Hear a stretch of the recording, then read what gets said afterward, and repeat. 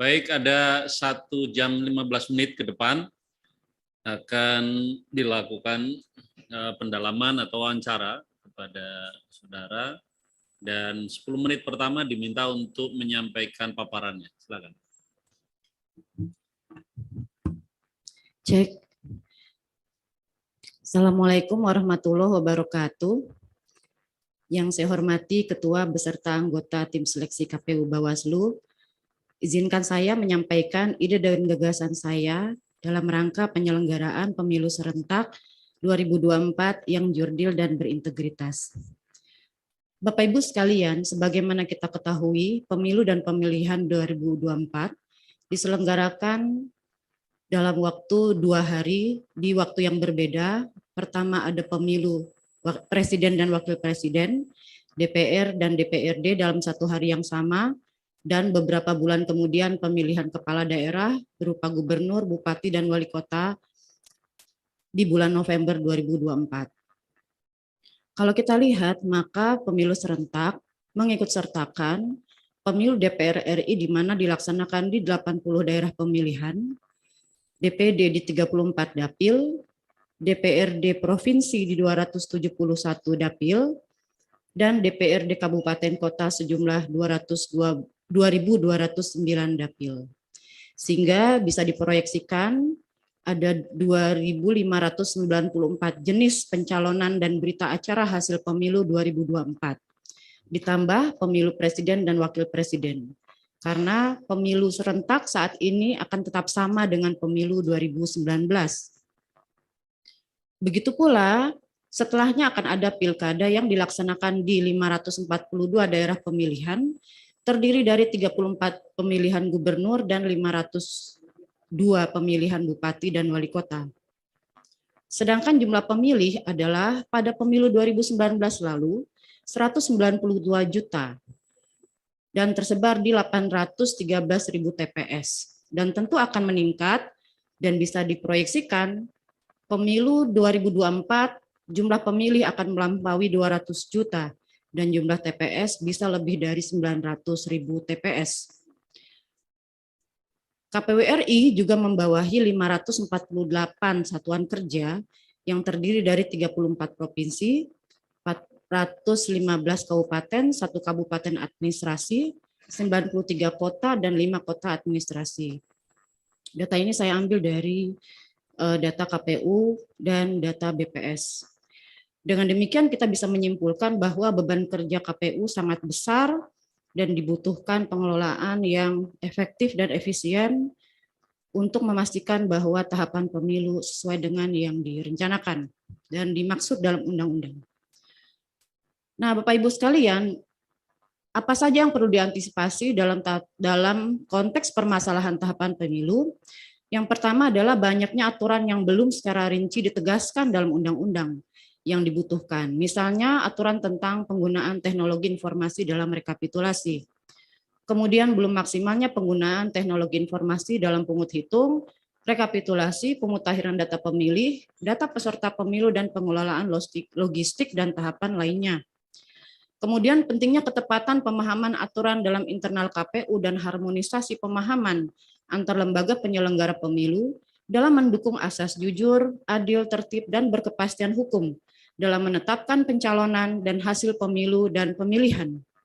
Kemudian masih tentu ada potensi pelanggaran kode etik oleh penyelenggara pemilu akibat kecurangan, maladministrasi, malpraktik, dan kelalaian. Beberapa antisipasi permasalahan dalam pemilu 2024 yang bersifat non-tahapan antara lain politik biaya tinggi dan politik uang atau jual beli suara antara kandidat dengan pemilih, potensi munculnya polarisasi yang menimbulkan pertentangan antara kelompok pendukung dalam pemilu presiden dan pemilihan kepala daerah, disinformasi dan pengaruh post-truth dan berita bohong yang mendistorsi pengetahuan pemilih, dan situasi pandemi yang membutuhkan protokol kesehatan yang ketat. Langkah-langkah strategis yang saya usulkan dalam hal ini antara lain, meningkatkan pelayanan penyelenggaraan pemilu yang inklusif, aksesibel, dan memudahkan pemilih dengan membuat sistem pendaftaran pemilih aktif berkelanjutan atau sidalih mobile dan peta TPS akses. Kemudian meningkatkan integritas dan akuntabilitas penyelenggara pemilu melalui perjanjian fakta integritas dan pembinaan penegakan kode etik dan perilaku penyelenggara pemilu. Kemudian memastikan pengelolaan penyelenggaraan pemilu yang profesional yang dapat mengatur dan mengawasi kinerja lembaga hingga tingkat kabupaten kota dengan menggunakan teknologi informasi. Sistem ini memberikan data hasil capaian kinerja divisi, komisioner, pejabat, dan staf KPU yang memiliki akun kinerja yang dimutakhirkan sesuai dengan capaian tugas dan tanggung jawabnya agar lebih efisien dan terukur. Keempat, meningkatkan kapasitas kelembagaan bagi baik SDM dan unit-unit dalam KPU RI dan KPU daerah dalam pelayanan tahapan pemilu melalui pelatihan, pendidikan, dan peningkatan kapasitas lainnya. Kelima, menyusun peraturan KPU dan pembangunan sistem teknologi informasi data hasil pemilu yang akurat dan cepat untuk pemilih dan kontestan pemilu dengan meningkatkan kemampuan Sirekap sebagai instrumen pembanding dengan berbasis web untuk pemilu legislatif dan berbasis mobile untuk pilkada dan pilpres. Keenam, meningkatkan kualitas partisipasi pemilih melalui sosialisasi pemilu dan pendidikan pemilih dengan metode yang tepat sasaran dan bekerja sama dengan kelompok masyarakat sipil berbasis kota hingga desa. Ketujuh, mengelola komunikasi dan koordinasi yang efektif dan berkesinambungan antar penyelenggara dan institusi kepemiluan untuk memastikan keselarasan pemahaman terhadap aturan untuk menghindari adanya multitafsir, multiinterpretasi, dan menjamin legitimasi pemilu. Kedelapan, memperkuat sistem komunikasi dan analisa media yang mampu menjaring tren pemberitaan dan persepsi publik tentang KPU, mengelola opini massa, dan memberikan informasi yang cepat dan benar agar KPU mendominasi pemberitaan dan informasi kepemiluan yang diterima oleh publik. Dalam hal penggunaan Sirekap, menurut saya hal yang paling mungkin adalah kita bisa saja mengupgrade Sirekap dengan menjadikan Sirekap sebagai sistem teknologi informasi yang dimanfaatkan untuk pemilu presiden dan wakil presiden dan pemilihan gubernur, bupati, dan wali kota, karena lebih sederhana dan bisa saja Sirekap berbasis mobile yang dilakukan pada 2020 kemarin juga dilaksanakan untuk pemilu 3 pemilu ini. Sedangkan untuk pemilu DPD, DPR RI, DPRD, dan DPRD kabupaten kota menurut saya tetap harus menggunakan Sirekap berbasis web di mana data seluruhnya dikumpulkan di KPU kabupaten kota untuk kemudian ditransmisi atau ditransfer dalam sistem, mengingat beban kerja yang sangat berat apabila KPPS juga harus menggunakan Sirekap berbasis mobile untuk keempat pemilihan ini. Demikian presentasi saya, terima kasih. 49 menit. Baik, terima kasih Saudari Dahlia. Pertama, Pak Edi, siap. silakan. Bu Dahlia, Bu tinggal di mana, Bu? Alamat rumahnya di mana? Kalau alamat rumah KTP masih di rumah orang tua, Jalan Karet Pasar Baru Barat 6. Kalau rumah dengan suami saya di Petukangan Utara. Di Ciledug bukan? Iya betul. Oh, soalnya ada ini alamat KTP dan tempat tinggal berbeda. Saya hanya mau konfirmasi itu. Oke, yang berikut Bu Dahlia ya. Jadi hampir semua calon baik Bawaslu maupun KPU ini kan berbicara soal sistem informasi untuk integrasi. Ya. Tetapi selalu kita pertanyakan bahwa kan tidak semua daerah ini dia dijangkau, jangankan internet, listrik saja belum ada. Kayak kemarin itu ada sekitar berapa itu 12.000 yang blind spot TPS. 12.000 itu kita nggak tahu berapa pemilih. Itu bagaimana untuk mengantisipasi ini Bu Dahlia? Silakan. Iya benar sekali. Menurut saya kalau dari hasil evaluasi KPU dan juga pemantauan pemilu, sesungguhnya sudah cukup baik jaringan internet yang tersedia. Hanya sedikit sekali yang blank spot. Artinya begini, penggunaan teknologi informasi ini tetap penting untuk mencegah potensi kecurangan apabila kita hanya mengandalkan penghitungan secara manual dan berjenjang. Sehingga tetap menjadi prioritas. Adapun apabila masih ada infrastruktur yang belum terwujud untuk kemudian memaksimalkan penggunaan teknologi informasi, saya kira kita masih punya waktu untuk bekerja sama dengan institusi lembaga negara yang mampu membantu bagaimana supaya daerah-daerah yang masih blank spot tersebut kemudian ditata sehingga bisa lebih aksesibel. Nah, menurut saya yang kedua adalah memang butuh jalan terjal atau jalan panjang untuk mewujudkan itu. Tetapi kalau kita terus mengulur-ngulur, artinya tidak ada progres terhadap transparansi dan kecepatan data yang bisa dimanfaatkan untuk publik, maka kita akan berjalan di tempat, gitu ya. Jadi yang harus ditata memang pertama aturan perundang-undangnya itu harus dituntaskan, karena sekarang juga seperti yang saya sampaikan tadi belum selesai. Sirekap kemarin masih menggunakan keputusan KPU, bahkan belum peraturan KPU. Dia harus kemudian, kalau misalnya Sirekap ini serius akan kita gunakan sebagai alat untuk menyampaikan informasi publik dalam data hasil pemilu, maka dia harus kuat secara hukum dan itu harus diteguhkan minimal dengan peraturan KPU. Yang kedua tentu mendata daerah mana saja yang blank spot.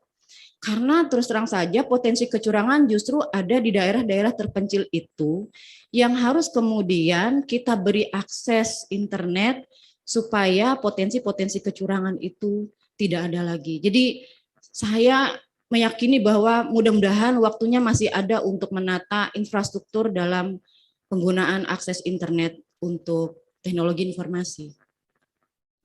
Yang berikut Ibu, ketika menjabat sebagai KPU di Jakarta, pernah Ibu dilaporkan? Pernah Ya, ke gimana? DKPP. Ya, silakan coba ceritakan. Klarifikasi dulu ke kita itu soal itu. Jadi pada saat saya menjabat sebagai Ketua KPU DKI, saya dilaporkan ke DKPP atas dasar adanya ketidakakuratan data pemilih untuk Pilgub 2012. Kenapa tidak akurat? Tidak akurat karena banyak sekali data pemilih yang terdata 2 kali. Kenapa terdata 2 kali? Karena ada pemilih yang memiliki tempat tinggal di 2 tempat, sehingga dia terdata dua-duanya, atau dia pindah tetapi tidak menyampaikan kepindahannya kepada Dukcapil, sehingga Dukcapil itu tidak berani mencoret. Sedangkan di tempat dia yang baru, dia kemudian didata oleh petugas kami. KPU DKI memang kemudian menemukan 63.000 data yang ganda, dan setelah kami telusuri, kami berhasil mengoreksi sejumlah 40.000 lebih, sehingga akhirnya yang ganda itu terkoreksi, menyisakan 21.000. Saat 21.000 itu kita kasih waktu 2 minggu sebelum penetapan DPT, tidak kami temui orangnya, sehingga akhirnya pada saat pleno kami memutuskan 21 orang itu, nama-nama itu kami tandai. Karena kami tidak berani mencoret salah satunya, tidak tahu dia posisinya di antara 2 itu ada di mana, atau kalau kami coret dua-duanya, khawatirnya orangnya ada. Nah, disitulah kesalahan kami sebenarnya. Pada saat sidang di DKPP bilang, Prof. Jimili bilang pada saat itu tidak boleh ada data ganda. Harus orang itu terdata 1 kali.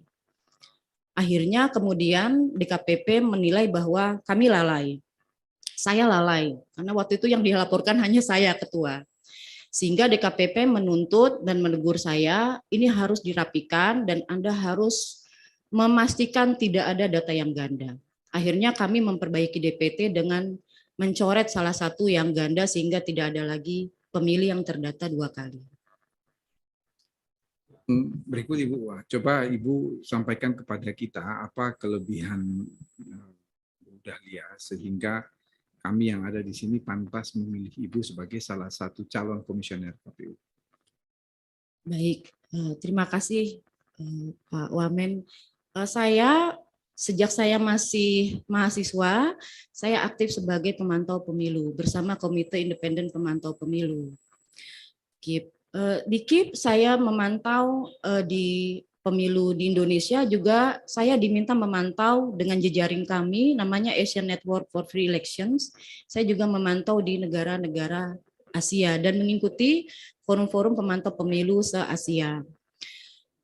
Saya menjadi penyelenggara pemilu pertama kali di KPU DKI 2008 sampai 2013, lalu periode kedua 2013 dan sampai 2018.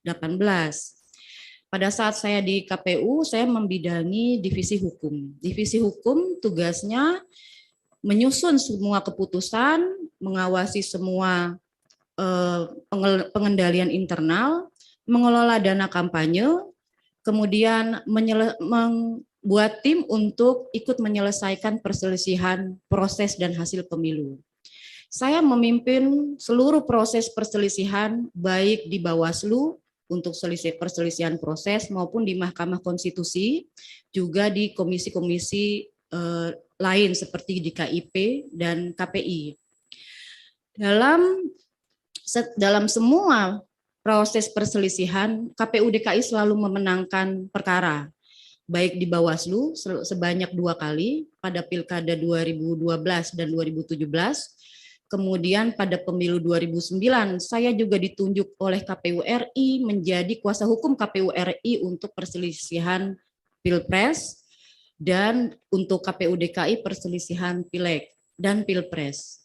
Kemudian 2014 saya juga menyelesaikan 14 perselisihan Pileg di MK dan perselisihan Pilpres di MK. Kami memenangkan semua perkara yang saya pimpin untuk penyelesaian perselisihan itu. Saya juga fasilitator terakreditasi untuk peningkatan SDM di KPU, namanya Building Resources in Democracy and Elections atau Bridge Project. Sebagai fasilitator terakreditasi, saya sering ditugaskan oleh KPU RI untuk melatih KPU-KPU daerah untuk program Bridge maupun untuk orientasi KPU se-Indonesia hingga saat ini. Saya juga pernah memimpin Pilkada DKI 2012 dan dalam beberapa survei, misalnya survei Koran Tempo, KPU DKI kalau di survei itu tingkat kepuasan masyarakat Jakarta terhadap kinerja KPU DKI sangat positif. Jadi salah satu survei di Koran Tempo menyatakan KPU DKI itu jujur dan adil. 75% menyatakan itu, selebihnya menyatakan tidak terlalu puas atau tidak puas sama sekali, 25%. Begitu pula 2017 pada survei di beberapa lembaga Pilkada DKI juga dinyatakan KPU DKI sangat memuaskan kinerjanya. Saya kira cukup. Terima Cukup, kasih. Pak Ketua. Terima kasih, Pak Ketua.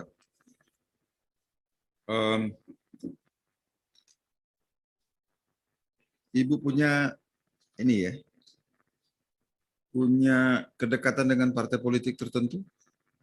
Tidak ada. Apa benar suami Ibu pernah mencalonkan diri jadi anggota DPR?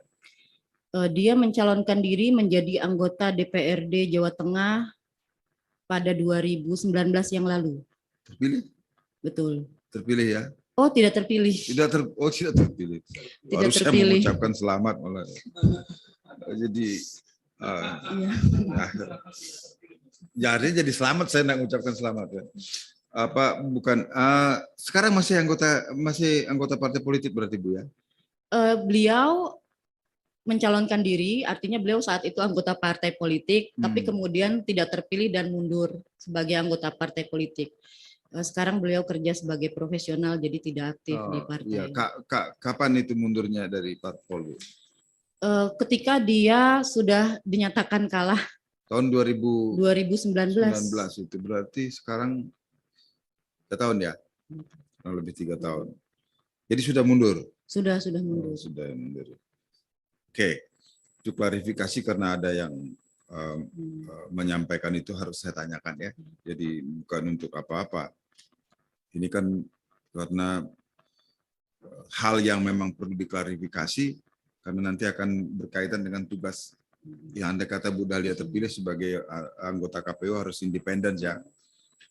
Tidak terpengaruh oleh ini itu, terutama kepentingan politik. Nah, terus yang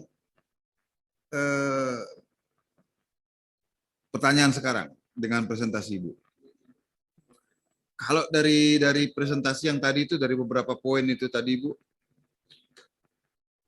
yang benar-benar baru dari presentasi Bu Dahlia itu yang mana? Karena kan sebagian kayaknya sudah dikerjakan juga sama KPU selama ini kan, atau sudah ada paling enggak lah. Menurut saya sudah cukup baik yang dikerjakan KPU, tapi masih perlu ditingkatkan. Misalnya, saya memberi contoh pengelolaan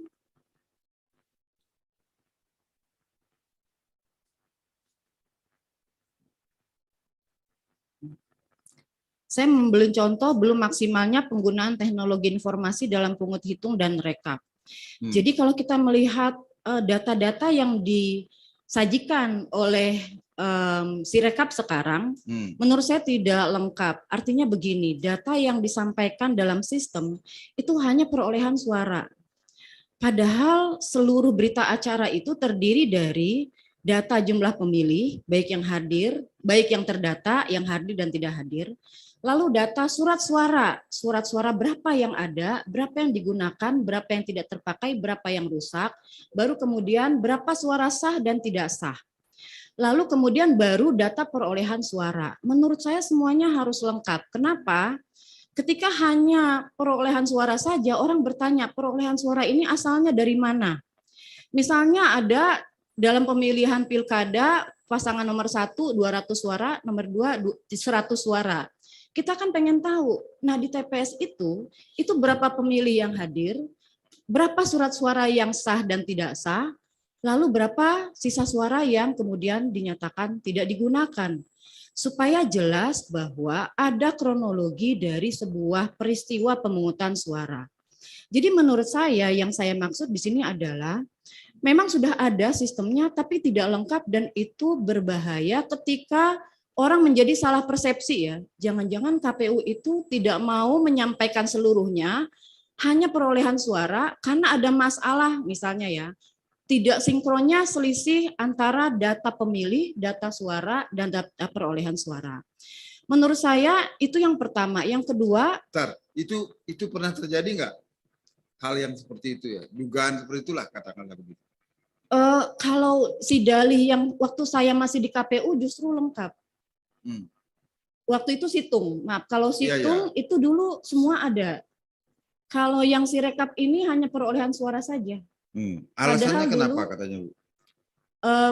Pernah dalam diskusi webinar kami menyampaikan itu tetapi tidak mendapatkan jawaban yang terlalu clear ya. Menurut saya harusnya lengkap, semua data itu ada dalam sistem Sirekap, tetapi tidak. Dan menurut saya besok harus fitur-fitur itu harus dimunculkan supaya kronologi peristiwa pemungutan suara itu terekam seluruhnya dalam Sirekap. Kalau dulu apa namanya situng kan? Dulu situng. Sekarang Sirekap. Sirekap. Jadi masih bisa itu ya? Masih, jadi fiturnya harus ditambah lebih lengkap seperti bacaan dalam berita acara di TPS. Jangan-jangan harus ganti si pitung kali itu ya. Nah itu sekarang udah siang nih Bu. Oke, terus tadi ada sekian angka itu. Nah ini sebentar dulu. Yang berikutnya, balik lagi, 1, 2, 3, 4. Nah, 4. Potensi pelanggaran kode etik oleh penyelenggara pemilu akibat kecurangan, maladministrasi, malpraktek, dan kelalaian. Ini identifikasi masalah kan Bu ya? Kalau yang dalam pantauan Ibu ini kan cukup lama berkecimpung di sana ya, baik sebagai pelaksana orang KPU-nya sendiri di DKI Jakarta maupun sebagai pemantau ya. Jadi kira-kira sudah tahulah asam garamnya bahkan dengan kecapnya juga gitu ya, ada pemilu itu. Nah itu yang menyebabkan itu kalau menurut Ibu lebih pada kelemahan sistemnya yang tidak mampu mencegah terjadinya itu, ataukah pada faktor orangnya yang kebanyakan terjadi dalam pantauan Ibu? Sehingga ini jadi perlu diidentifikasi sebagai masalah tersendiri. Kombinasi keduanya. Jadi, nah, kalau persentasenya mana yang lebih besar kalau begitu? Persentase manusianya. Jadi ini akibat sistem pemilu kita yang sangat kompleks. Kelalaian yang sebagian besar terjadi itu pada saat pencatatan hasil pemilu. Karena kita pakai sistem proporsional terbuka, daftar terbuka. Orang bisa langsung memilih calon. ada penyelenggara yang keliru ketika menghitung suara, ketika ada orang mencoblos partai dan calon, itu kan harusnya dihitung satu suara. Oke. Dia hitung 2. Jadi yang seperti itu masih muncul. Tidak ada mungkin niat untuk curang, tapi lalai. Dan lalai dalam konteks penegakan kode etik juga sebuah pelanggaran. Atau misalnya ada mereka yang tidak memahami konsep tentang syarat calon. Misalnya masih ada KPU yang kemudian tidak secara maksimal menelusuri dokumen-dokumen pencalonan sehingga dia keliru menyatakan misalnya calon yang seharusnya tidak lolos menjadi lolos atau sebaliknya. Jadi hal-hal seperti itu sangat mungkin dan saya mengusulkan bahwa KPU harus memiliki portal yang saya sebut di poin 3, langkah-langkah strategis. Ada pengelolaan penyelenggaraan pemilu berbasis kinerja dengan teknologi informasi yang sekarang belum ada, di mana setiap divisi, anggota ya, komisioner maupun staf itu punya akun yang harus dia mutakhirkan dengan capaian kinerja dia. Misalnya kalau sudah tahapan pencalonan, apakah dia sudah memverifikasi hasilnya seperti apa, berita acaranya seperti apa, supaya kita bisa mengawasi. Oke, saya paham itu. Potensi kelalaian dan malpraktek di situ. Oke, saya kira itu stop cukup sampai di situ. Selanjutnya bisa kita pahami. Yang mau saya tanyakan, Ibu punya nggak data akurat atau nggak akurat lah, atau paling tidak data awal yang bisa menunjukkan bahwa potensi maladministrasi seperti itu terjadinya di daerah-daerah termasuk yang melek digital, ataukah itu justru terjadi di daerah-daerah pelosok yang memang secara teknologi mereka belum well informed gitu? Kalau dari data pelanggaran etika di DKPP, mohon maaf saya tidak tahu sebarannya, hanya tahu jenis pelanggarannya saja. Tidak paham daerah-daerahnya yang sebagian mana yang paling banyak melanggar. Karena pelanggaran laporan ke DKPP itu tidak selalu didasari oleh karena ketidakprofesionalan ya. Kalau dinamika politiknya sangat keras, pasti banyak laporan. Nah, ya kalau tidak, tidak. Saya tadinya mau nanya itu, karena kan itu nggak bisa dijadikan barometer yang benar-benar reliable gitulah. Karena kalau orang nggak puas, kadang-kadang orang udah diputus Mahkamah Konstitusi, balik lagi ke DKPP gitu kan. Nggak tahu kalau nanti ada DK apa lagi yang lain, nggak tahu, mungkin kalau ke Bali jadi plat mobil Bali deh itu, jadi DK gitu kan. Nah ini. Nah, saya mau mengetahui sebenarnya sebab gini loh, ada kontribusi aturan juga yang menyebabkan itu. Saya nggak tahu di undang-undang sekarang masih berlaku enggak sih, misalnya orang KPPS yang sudah 2 kali nggak boleh lagi. Itu di daerah-daerah pedalaman jadi persoalan loh. Coba tenaga terdidiknya di situ biasanya guru gitu ya. Saya pernah waktu masih di Mahkamah Konstitusi, mungkin Bapak Ibu yang mulia hakim yang ada sekarang masih ingat juga atau ikut mengalami, ketika petugas KPPS-nya buta huruf ternyata. Ketika kita periksa situ. Dan itu bukan karena maunya dia juga, dia dipaksa di situ karena ada aturan yang tidak membolehkan itu. Ibu sampai analisis ke situ enggak? Enggak. Itu kenapa perlu saya ungkapkan, karena ini kan berkaitan dengan nanti saran Ibu yang berkaitan dengan itu tadi, supaya enggak salah sasaran gitu loh. Kontribusi aturankah yang menyebabkan terjadi maladministrasi itu, ketidakprofesionalan itu terjadi, ataukah misalnya memang karena manusianya? Ada manusianya dalam pengertian yang bukan yang tadi ya, kurang terdidik gitu, tapi karena manusianya memang nakal misalnya gitu. Kan itu perlu ada data yang lebih sahih lah Bu ya.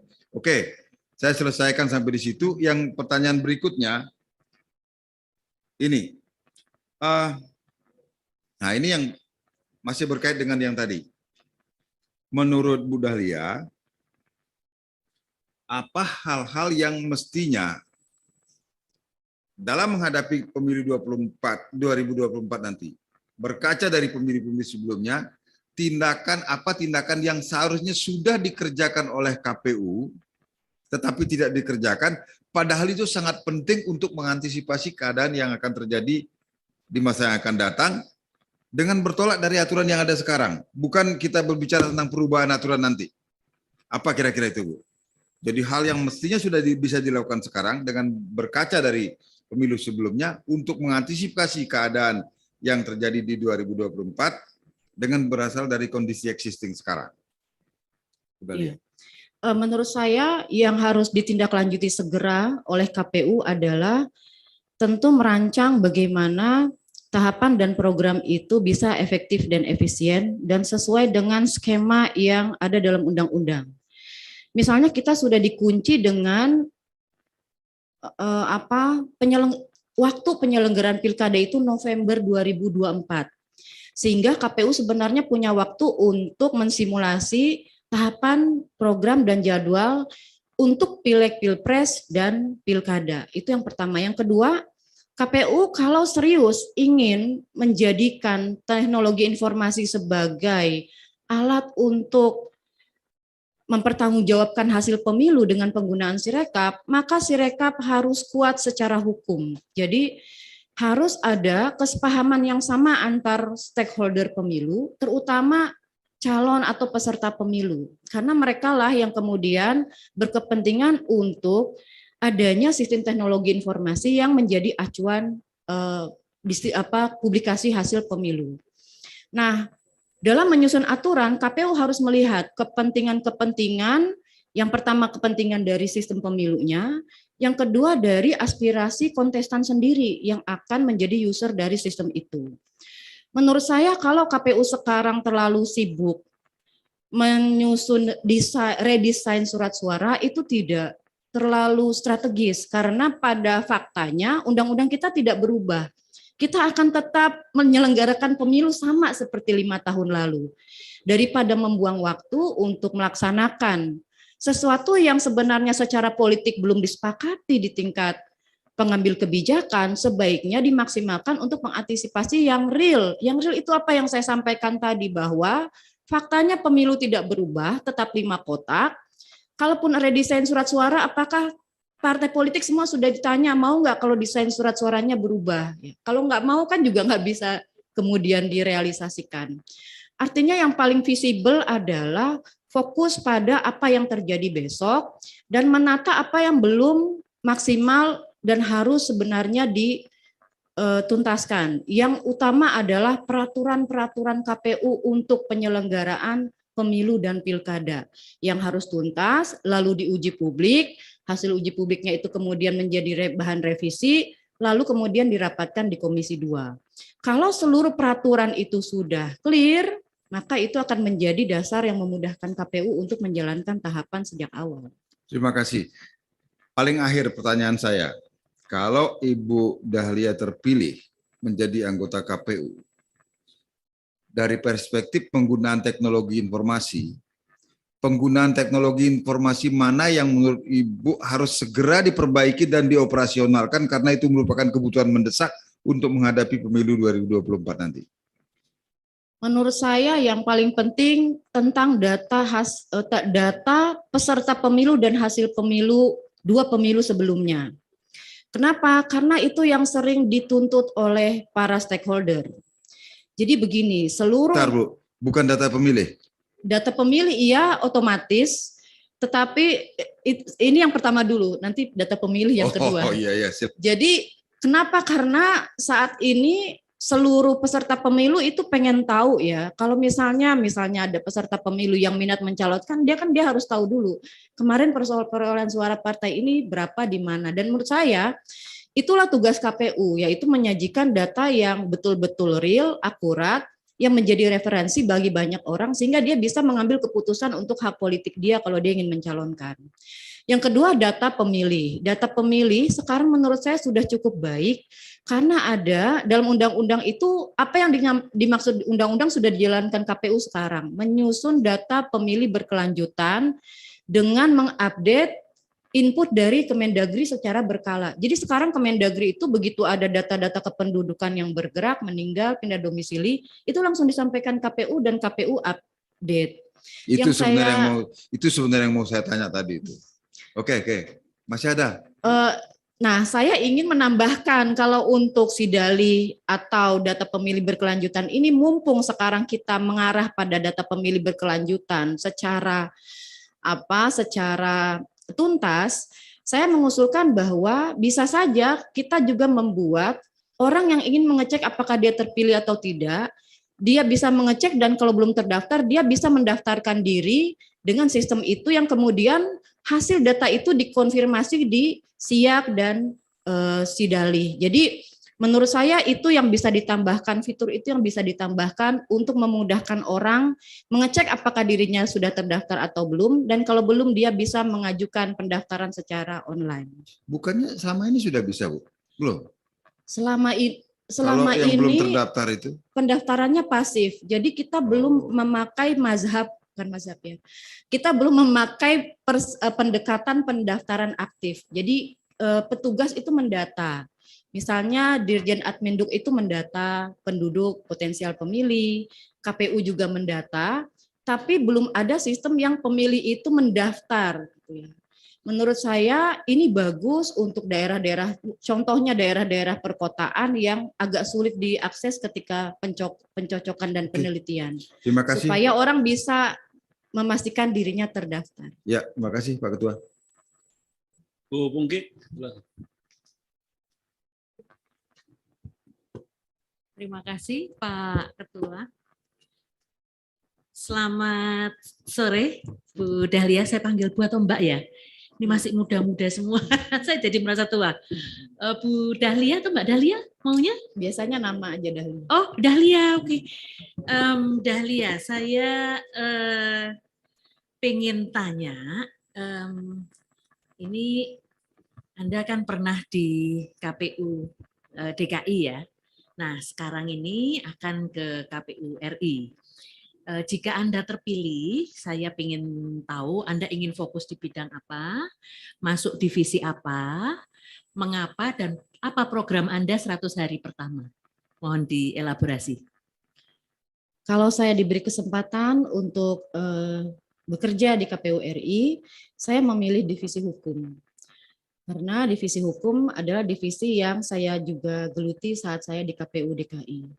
Saya menyukai divisi ini karena divisi ini sangat, ini adalah divisi yang menjadi, menurut saya, ujung tombak penyelenggaraan pemilu di mana seluruh keputusan, seluruh peraturan, kemudian seluruh penegakan aturan, pengawasannya, itu ada di divisi hukum.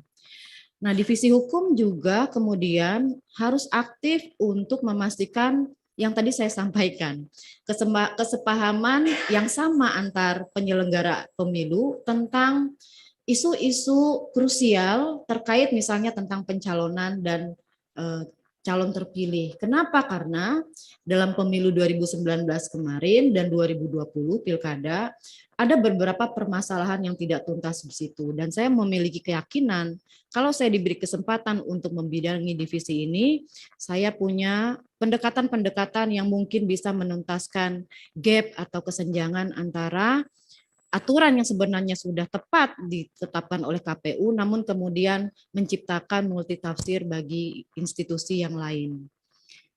Demikian. Terima kasih, itu signifikan banget. Kemudian ide kreatif apa yang bisa Anda lakukan untuk mengajak perempuan dan pemilih pemula? Karena ini nanti ke depan kan banyak pemilih-pemilih pemula ya, generasi milenial yang nyoblos. Ya, saya di sini salah satu langkah strategis yang saya usulkan adalah meningkatkan pelayanan penyelenggaraan pemilu yang inklusif dan aksesibel. Inklusif artinya seluruh aspek, seluruh lapisan masyarakat itu harus berpartisipasi, terutama perempuan.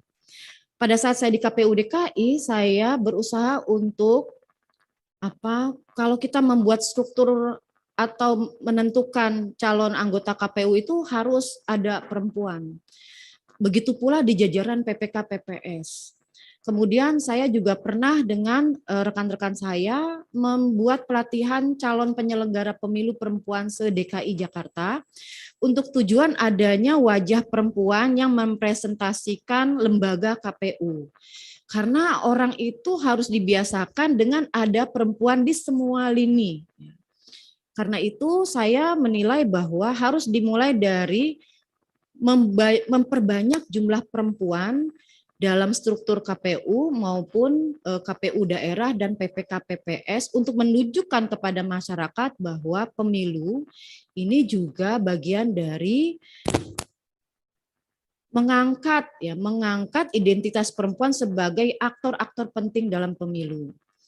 Di organisasi saya, Netfit Indonesia, juga ada kewajiban kalau ada struktur di daerah itu harus yang tertingginya bisa ketua, wakil ketua, sekretaris itu harus salah satunya perempuan. Dan saya lihat itu sangat berguna ketika kita ingin membuat masyarakat itu membiasakan diri untuk kepemimpinan perempuan, karena tingkat keterwakilan perempuan itu masih sangat rendah, hanya 18% di DPR RI, di DPRD Jakarta aja hanya 19%. Karena apa? Karena memang partisipasi perempuan harus diafirmasi, bukan hanya dalam level kampanye, tapi juga dalam level aksi di mana perempuan itu ditempatkan di tempat yang strategis. Tadi ide kreatif mengajak perempuan dan pemilih pemula ya. Terus kemudian selanjutnya ide kreatif mengajak partai politik untuk memberikan pendidikan politik yang baik kepada masyarakat. Gimana Mbak? Ada ide-idenya? Ya, saya dalam tahun 2020 dan 2021 melakukan beberapa penelitian tentang kelembagaan partai politik. Kami melakukan itu di Netfit dan dalam beberapa kesempatan dalam workshop baru-baru ini di Nottingham University Malaysia, saya menyampaikan presentasi paper saya tentang efek dari desain sistem pemilu presiden dan institusionalisasi partai politik. Dan juga efek dari pemilu langsung dengan sistem proporsional terbuka dengan partai politik, kemandirian dan institusi kelembagaan partai politik.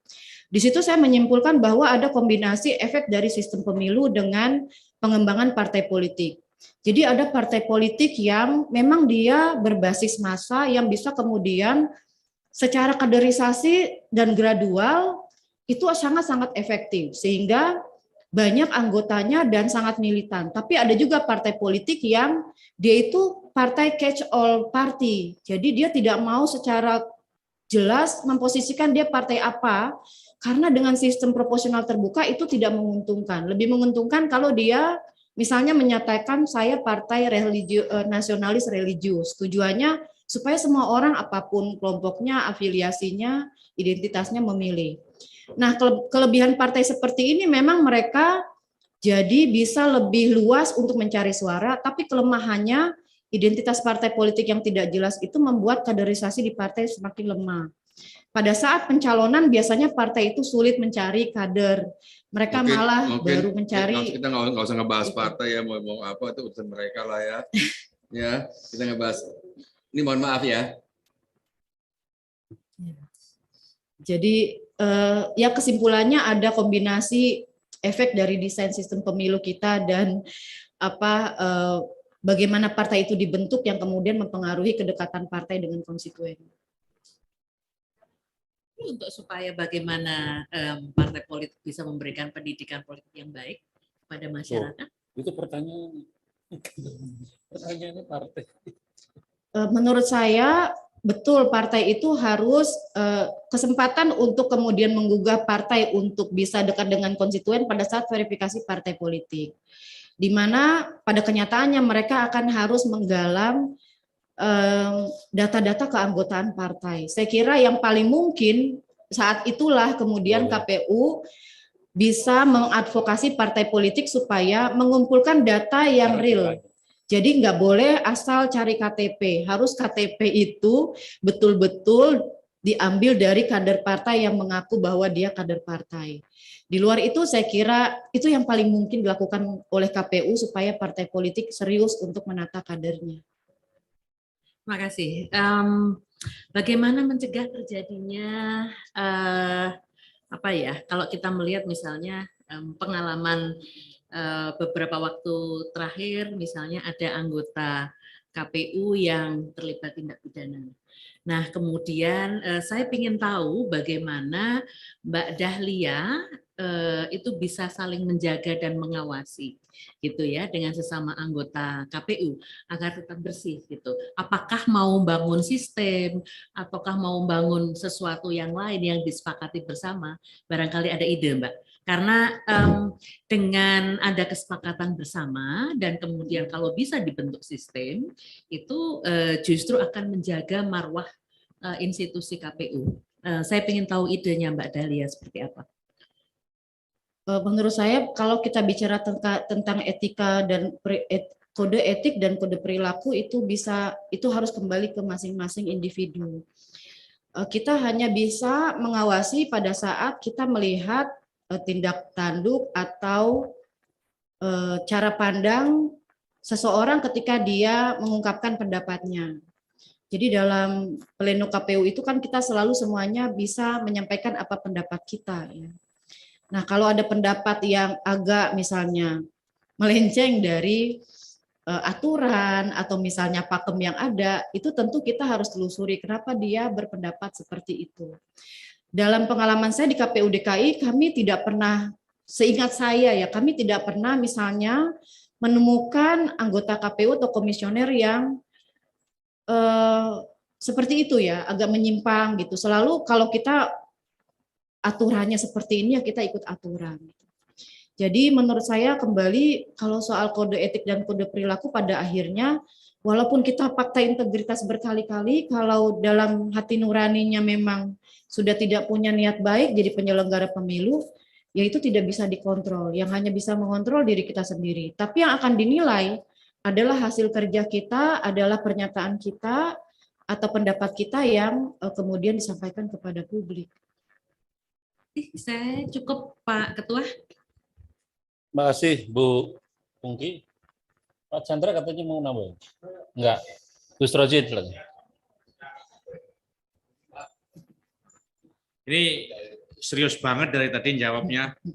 Mbak, kakak, uni, atau maknya nih. Iya. Lah iya. Empok. Sorry, Po. Ya. Ya. Gimana?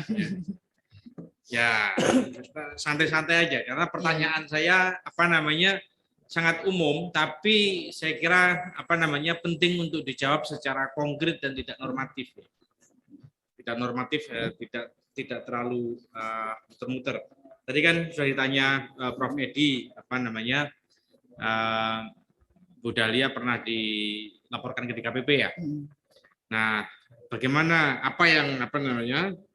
upaya yang akan dilakukan oleh Bu Dahlia untuk mencegah banyak diadukannya jajaran KPU, tidak hanya Bu Dahlia nantinya, tapi juga jajaran KPU lainnya di DKPP begitu. Bagaimana juga berkaitan dengan hal itu, pendapat Bu Dahlia, pandangan Anda terhadap kasus yang terakhir itu, ada anggota KPU yang melawan keputusan melawan keputusan presiden yang melaksanakan putusan DKPP. Pandangan profesional Anda. Ya, kalau kita lihat dari banyaknya putusan DKPP yang kemudian menyatakan memberhentikan, apakah memberhentikan sementara atau memberhentikan tetap, itu pasti terkait dengan adanya hak-hak politik yang tercederai. Misalnya ada kasus yang kemudian membuat orang itu bermasalah dalam keterpilihannya, atau orang itu dipermasalahkan pencalonannya. Jadi misalnya KPU telah melakukan kekeliruan sehingga orang itu hak-hak politiknya sebagai calon tercederai atau sebagai calon terpilih tercederai. Jadi menurut saya pada saat DKPP itu memutuskan pemberhentian dengan dasar-dasar itu, yaitu adalah konsekuensi. Jadi ketika kita menjadi KPU, menjadi penyelenggara pemilu, kemudian tindakan kita ternyata memberi efek orang itu menjadi harusnya terpilih jadi tidak terpilih, atau pemilih itu harusnya terdaftar jadi tidak terdaftar, terhambat untuk menggunakan hak pilih, atau calon yang harusnya tidak lolos ternyata kemudian malah dinyatakan lolos atau sebaliknya, itu memang pelanggaran berat karena sudah terkait dengan hak-hak politik. Nah, karena itu tapi kalau kemudian teradu merasa bahwa dia tidak punya peran dalam hal itu, menurut saya memang itu hak dia untuk kemudian mempertanyakan kenapa dia dihukum. Tapi menurut saya efek dari perlawanan itu sangat tidak maslahat bagi dunia penyelenggaraan pemilu, karena kemudian orang mempertanyakan, oh jangan-jangan selama ini DKPP putusannya tidak selalu benar. Satu, kedua, berarti ada persaingan antar institusi, sehingga mengakibatkan ada yang kemudian tidak puas dengan putusan itu. Kalau menurut saya, DKPP sudah tepat untuk mengambil sikap seperti itu karena efek dari kinerja orang yang mengakibatkan hak-hak politik orang tercederai itu harus dijadikan catatan besar supaya yang seperti itu tidak terjadi lagi. Tetapi sekali lagi saya memahami apabila teradu kemudian melakukan upaya hukum untuk membela diri. Jadi dalam konteks penegakan kode etik yang harus ditekankan oleh penyelenggara pemilu itu, dia kalau jadi penyelenggara pemilu jangan berpikir bahwa pekerjaannya administratif saja. Jadi yang harus ditekankan itu adalah nilai-nilai bahwa kita di KPU itu dalam rangka menjaga hak politik orang, hak politik pemilih, hak politik yang menjadi peserta. Kenapa? Karena orang yang menjadi peserta pemilu itu adalah orang yang melakukan usaha sangat besar, dia menggunakan biaya yang sangat besar, dia bekerja keras. Jangan sampai kemudian ada KPU yang lalai atau keliru sehingga menyebabkan ada hak politik yang tercederai, baik sebagai calon maupun calon terpilih.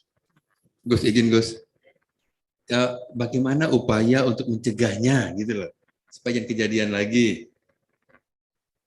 Saya mengusulkan ada sistem portal yang secara general bisa mengawasi kinerja KPU provinsi dan kabupaten kota. Jadi pada saat ada proses pencalonan, semua KPU provinsi dan kabupaten kota harus melaporkan secara online seluruh hasil verifikasi pendaftaran calon, misalnya ya, seluruh berita acara penetapan calon untuk kemudian bisa kita awasi sama-sama sejauh mana penetapan calon di tingkat provinsi dan kabupaten kota sudah benar. Dan KPU harus memiliki tim atau satuan tugas yang secara regional itu didistribusikan untuk mengawasi kinerja KPU kabupaten kota tersebut. Yang kedua, harus ada diskusi-diskusi oleh Korwil. Jadi koordinator wilayah harus kemudian mampu untuk mengetahui progres dari kinerja maupun pola pergaulan komisioner-komisioner KPU provinsi. Begitu pula KPU provinsi harus mengetahui pola pergaulan komisioner KPU kabupaten kota. Kenapa? Karena memang walaupun kita tidak bisa 24 jam itu mengawasi, kita tentu bisa menilai sejauh mana orang itu bisa bisa meneguhkan kemandirian dengan interaksi dia dengan orang-orang sehari-hari sekelilingnya. Nah, menurut saya dengan adanya portal akun kinerja itu akan sangat memudahkan. Pertama, kita tidak perlu mengumpulkan KPU yang harus datang dalam satu tempat, itu memakan waktu dan biaya. Yang kedua, kita bisa betul-betul melihat data-data yang masuk secara real dan kemudian kita melakukan evaluasi dan pengamatan terhadap kinerja berdasarkan data-data yang disampaikan oleh komisioner, divisi, dan staf KPU. Seperti kalau kita di kampus itu punya portal setiap mahasiswa saat saya kuliah ya.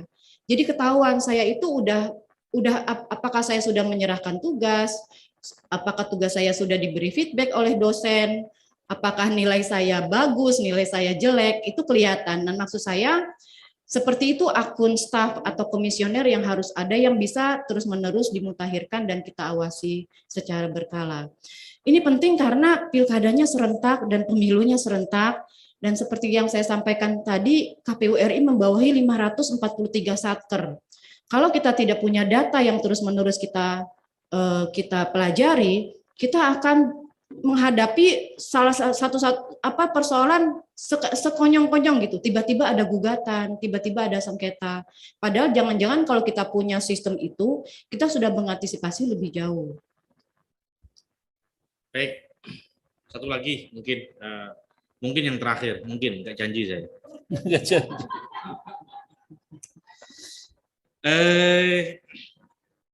Bu Dahlia kan di KPU DKI 2012-2013 ya?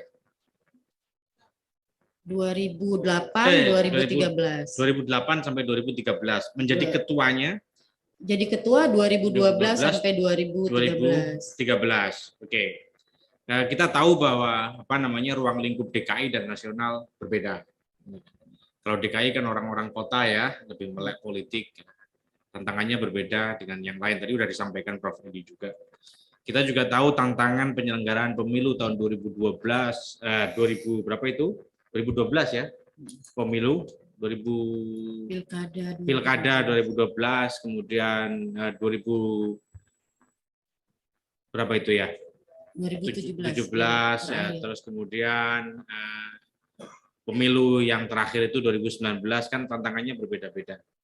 Fokus kepada pemilu yang terakhir, bukan pilkada, itu kan isu SARA ya, isu SARA, kemudian politik identitas dan macam-macam itu kan sangat kuat sekali.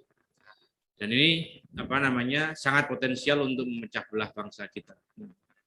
Dan ini kita yakin bahwa potensi untuk muncul lagi besar tahun 2024, sekaligus kita harus yakin pula bahwa sebetulnya tidak boleh tahun 2024 tidak boleh lagi ada black campaign, SARA, hoax dan seterusnya itu. Nah, saya kira karena kalau ini diterus-teruskan ya bangsa kita betul-betul terbelah ya. Kalau ada pembiaran. Nah, saya kira KPU memegang peranan penting di sini. Saya ingin tahu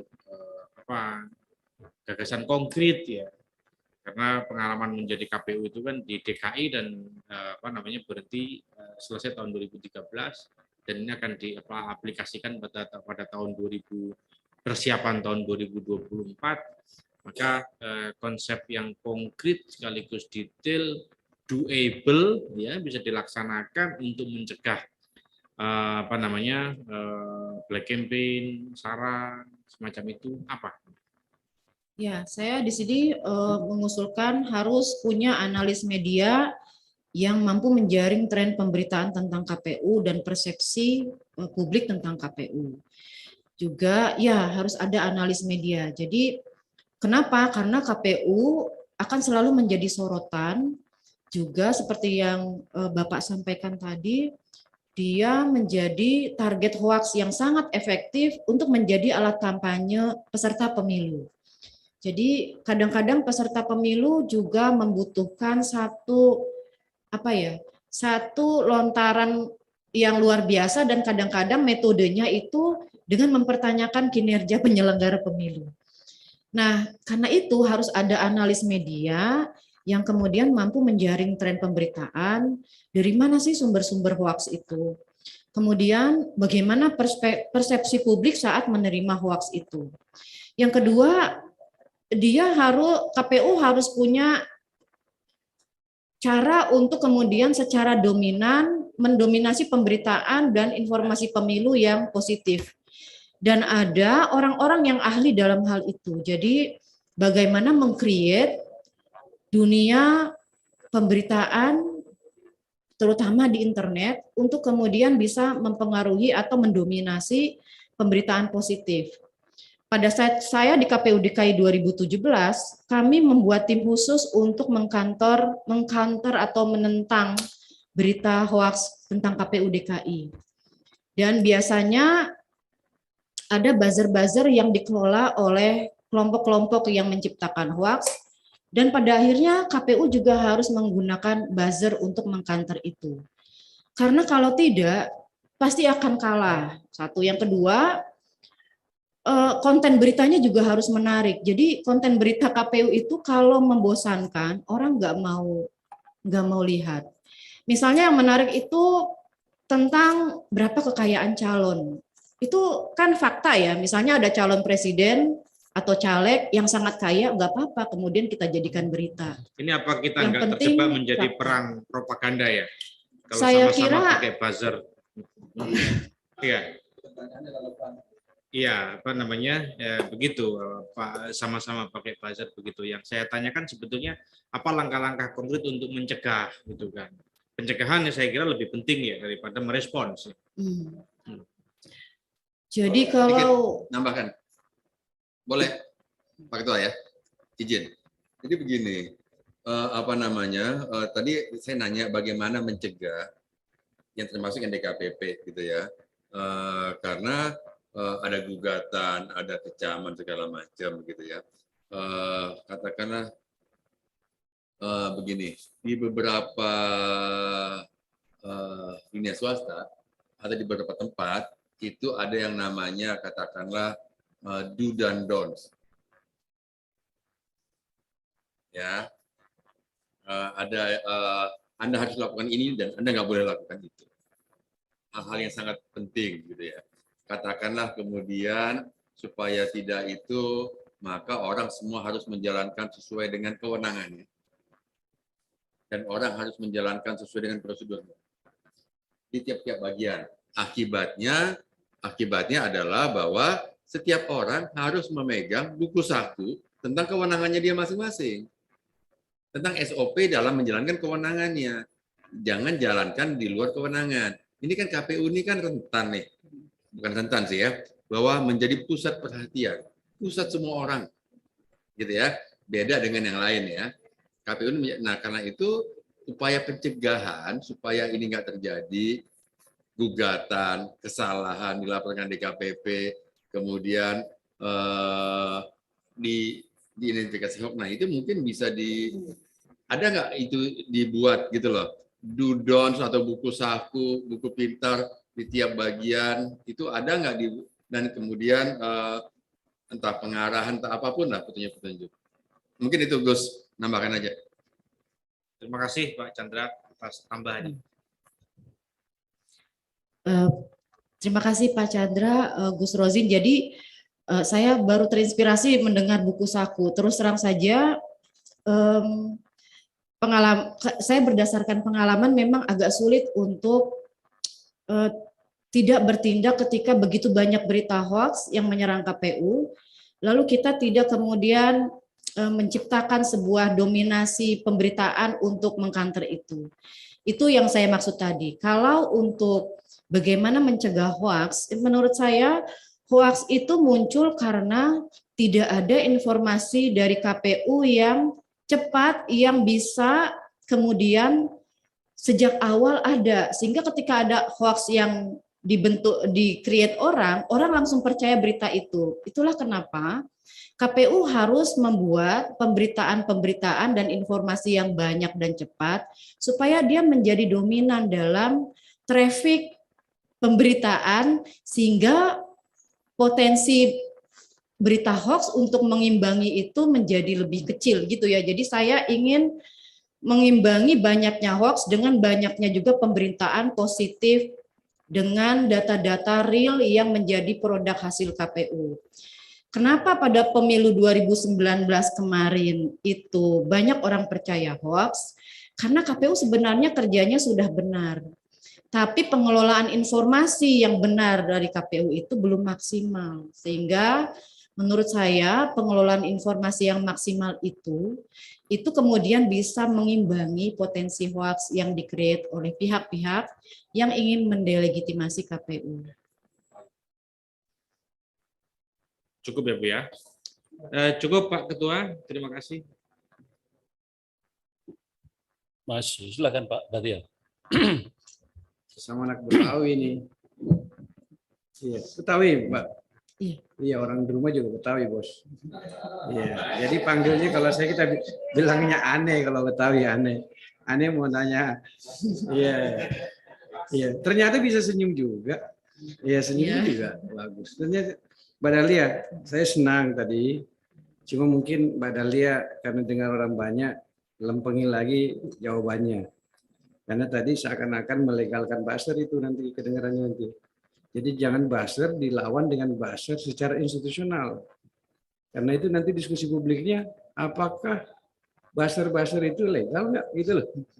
Bahwa kita hendak memproduksi konten-konten positif yang mendiskreditkan organisasi kita ini, oke. Saya ini mantan Kapuspen. Penserangan organisasi banyak sekali. Tapi apakah kita juga melawan dengan cara luar hukum misalnya? Nah tentu itu nanti diskusinya bisa menjadi lain. Jadi mendominasi ya, tinggal caranya. Makanya kata buzzer itu kan mesin ini kan, artinya kan mesin palsu kan itu, memproduksi palsu kan itu dalam jumlah banyak gitu dengan mesin-mesin propaganda itu. Nah yang seperti itu kan diskusinya bisa panjang itu dari sisi mungkin pengaturan di dunia media. Jadi secara kelembagaan karena ini institusi negara ya mungkin harus dipertimbangkan kembali cara ya maksudnya baik tapi mungkin caranya mungkin yang harus mungkin diinikan supaya nanti ini Bu Dahlia hendak memproduksi apa gitu. Itu saya membantu menjawab sebenarnya. Ya mungkin itu jadi saya membantu menjawabnya. Yang kedua ya influencer gitu ya dia. Oh sesama Betawi gitu lah, harus semua membantu menjawab. Terima kasih Pak. Iya. Baik, yang kedua saya Mbak Empok ini Bu Dahlia, saya juga ada masukan kawan-kawan dari penyelenggara sekretap. Jadi rupanya istilah Tom Jerry itu bukan hanya antar lembaga rupanya. Di banyak tempat itu justru antara komisioner dan sekretariat. Gitu dia. Jadi ada banyak tempat rupanya kontraksi organisasi maksudnya sebenarnya bukan Tom and Jerry. Jadi kontraksi organisasi itu justru terjadi karena mengelola kolektif kolegial itu. Ini kan tidak satu power itu kan. Itu tidak satu orang gitu, dia kolektif kolegial. Kemudian pada waktu yang sama ada batas-batas wewenang, yang mana wewenang otoritas anggota, mana otoritas yang sekretariatan. Nah ini Mbak Dahlia mungkin coba kasih persepsi sama kita, supaya kawan-kawan sekretariat KPU seluruh Indonesia mendengar. Kira-kira kalau Mbak Dahlia jadi pimpinan atau anggota Bawaslu KPU Pusat, nanti mengelola organisasi secara kolegial seperti ini, mengelola hubungan dengan kesekretariatan seperti ini. Itu saja Mbak Dahlia. Terima kasih Mpok. Ya, jadi ada dua pendekatan formal dan informal yang harus kita bangun dalam menjalin hubungan yang baik dengan sekretaris. Kenapa? Kita harus memahami bahwa sekretaris KPU provinsi misalnya gitu ya, itu rata-rata orang-orang atau ASN yang betul-betul berkarir kemudian bahkan mungkin usianya lebih senior daripada komisioner. Tidak bisa kemudian cara pergaulannya itu memperlakukan sekretaris sebagai bawahan. Hanya karena misalnya 5 komisioner ini posisinya adalah pimpinan penyelenggara pemilu. Jadi dalam memahami orang yang menjabat, kita juga harus melihat cara berpikir dia. Dia kan merasa misalnya eselon 2 ya kalau sekretaris provinsi itu. Ya dia ada pasti seorang pejabat dengan karakter dan kebiasaan-kebiasaan pejabat pada umumnya. Sedangkan komisioner itu biasanya biasanya dosen, latar belakangnya ada yang aktivis, ada yang pimpinan organisasi, yang biasa bergaul itu bukan atas dasar jabatan dan eselonisasi, tapi atas dasar fungsi dan peran. walaupun lebih muda ternyata dia adalah orang yang hebat gitu. Tapi tidak bisa kemudian kita memandang bahwa harusnya sekretaris ini hormat pada saya karena saya ini komisioner. Jadi kita harus menghormati sekretaris, itu pertama yang harus ditunjukkan supaya sekretaris-sekretaris itu kemudian mau berjalan bersama-sama. Jadi pertama adalah kita harus memahami karakter pejabat daerah untuk kemudian bisa membuat mereka mau menjadi bagian dari tim antara 5 komisioner dan 1 sekretaris. Nah, untuk membangun suasana ini butuh waktu yang lama. Jadi kadang-kadang di awal-awal itu harus ada penyesuaian dulu. Saya mengalami pergantian 3 sekretaris di KPU DKI dengan karakter yang hampir sama seluruhnya. Minta dihormati, minta dilayani, dan lain-lain. Tetapi tidak kemudian memunculkan, jangan di awal itu memunculkan persaingan. Justru kita ingin memfungsikan dia sama-sama kita semua menjabat, kita semua memimpin, sehingga ketika kita sudah punya sense of belonging atau sama-sama punya bagian dari tim, itu akan lebih mudah komunikasinya. Nah, ada KPU yang ada yang kemudian berhasil, ada yang tidak. Jadi pada akhirnya semua tergantung pada diri masing-masing. Ada yang kemudian akhirnya bisa cair, ada yang kemudian akhirnya harus ganti sekretaris lagi. Ibu, karena itu kaitannya dengan leadership soalnya. Makasih. Tinggal 2 menit nih, jadi saya juga nggak nanya nih. Prof. Hamdi silakan. Terserah. Ini udah lihat, ini saya ke bagian yang yang ringan-ringan aja. Penutup. Jadi ini pertanyaan umum kita tanyakan ke seluruh peserta biar fair untuk semua. Setiap orang kami tanyain. Kalau diandaikan Ibu terpilih jadi salah satu komisioner KPU Pusat, nah, terus berarti kan mungkin ada 6 lagi yang pantas kira-kira juga menduduki posisi itu. Nah, sekarang kita beri hak prerogatif pada Ibu, apapun keputusan Ibu untuk memutuskan, untuk menilai gitu, kira-kira siapa yang 6 orang lagi yang pantas juga menjadi komisioner KPU Pusat. Bebas dari 27 nama yang lain. Saya kenal semua, hampir semuanya saya kenal dan sering berinteraksi dan semuanya bagus. Gus Roldin juga kenal kan? Belum kenal, baru ketemu hari ini. Kenal. Iya, kenal.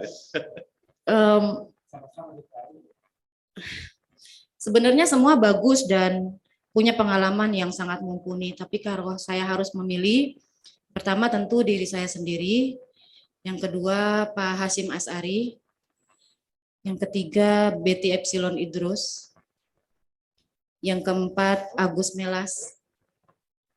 6 di luar dari Anda. Oh ya. Oh ya, oke. Biar jadi 7. Ya. Berempat. Tadi Betty Epsilon Idrus 3 ya. Kemudian Agus Melas. Kemudian Mimah Susanti. Kemudian Parsadaan Harahap. Idam Holik.